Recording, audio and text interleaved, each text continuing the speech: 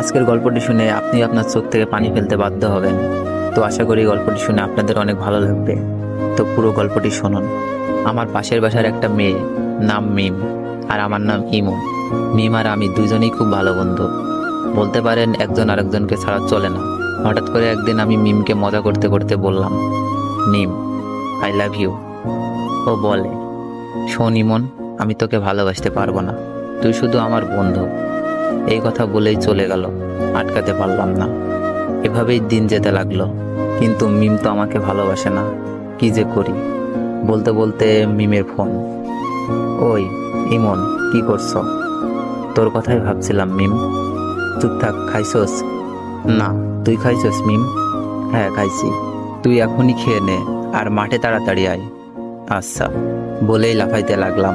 মিমের মনে হয়তো আমার জন্য ভালোবাসা জাগছে। তাড়াতাড়ি